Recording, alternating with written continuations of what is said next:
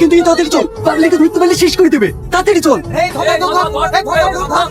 আমার খুব খারাপ লাগছে, নিজেকে ভীষণ অপরাধ বলে মনে হচ্ছে। আরে ওখানে আমাদের দোষ কোথায় ছিল? ওই তো হুট করে গাড়ির মধ্যে ঢুকে গেল।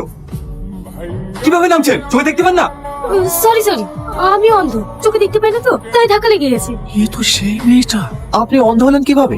একটা অ্যাক্সিডেন্টের পর থেকে। চলুন আমি আপনাকে বাড়ি পৌঁছে দিচ্ছি। আপনার বাড়ি চলে এসছি, আপনি যান তাহলে, আমি আসি। সব স্বপ্নগুলো একই হয় কেন? দুটোই তো আমার মেয়ে, শুধুমাত্র একে পেটে ধরেছে বলে ওর প্রতি দরদ বেশি, আর অন্যটা পর। আমি অত কিছু বুঝিনি, ওই কানা বুঝে আমি সারা জীবন কাঁদতে পারবো না। মা, আমাকে নিয়ে তোমাদের ভাবতে হবে না, আমার কারণে তোমাদের সুখে সংসার নষ্ট হোক এটা আমি চাই না। আব্বা, আমি এই বাড়ি ছেড়ে চলে যাচ্ছি, তোমাকে আর মার সঙ্গে ঝগড়া করতে হবে না। যত সমস্যা তো আমাকে নিয়ে, আমি চলে গেলে দেখবে সব সমস্যা ঠিক হয়ে যাবে। তোকে কোথাও যেতে হবে না।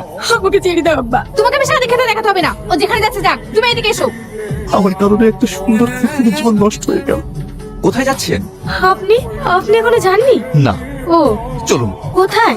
আমার সঙ্গে। আজ থেকে আপনি আমাদের সঙ্গে থাকবেন। আমি অন্ধ বলে আপনি আমাকে করুণা করছেন? কদিন রাখবেন আমাকে? 5 দিন 10 দিন, যারা আমাকে জন্ম দিয়েছে তারাই তো আমাকে বোঝাবে, বাড়ি থেকে তাড়িয়ে দিচ্ছে, আর আপনি রাখবেন আমাকে? বিশ্বাস করেন, আপনার কোনো অসুবিধা হবে না। আপনার যতদিন ইচ্ছা আমাদের সঙ্গে থাকতে। একদম ঠিক করেছিস, তোরা বস, আমি তোদের জন্য খাবার নিয়ে আসি। বিয়ের আর 1 মাস বাকি, এদিকে কেনাকাটা কিছুই হয়, তুই আসলে তো সব কাজ হবে। আমি অত কিছু জানিনি, তুই তাড়াতাড়ি বাড়ি আয়, আমি আর তোর বাবার মুখের কথা শুনতে পাচ্ছি না। আপনাকে আবার জানতে কে বললো? এতে আমার বলার কি আছে, বসেছিলাম তাই ভাবলাম একটু চা করি। আপনার বন্ধুই সব জোগাড় করে দিয়েছে, আমি শুধু নিয়ে আসলাম। কি রে, মন খারাপ করে বসে আছি? কি হয়েছে? বাড়ি থেকে ফোন করেছিল, বিয়ের আর বেশি দিন নেই। এখন কি করবো কিছু ভেবে পাচ্ছি। এতে আবার ভাবার কি আছে? ছুটি নিয়ে চলে যা। কিন্তু সালমা, ওর কি হবে? ওর কথা ভাবতে গেলে হবে না, আমার জন্য যার জীবন নষ্ট হয়ে গেছে তাকে আমি এভাবে ফেলে রেখে যাই কিভাবে? সালমা খুব ভালো মেয়ে, ওকে আমি পছন্দ করি।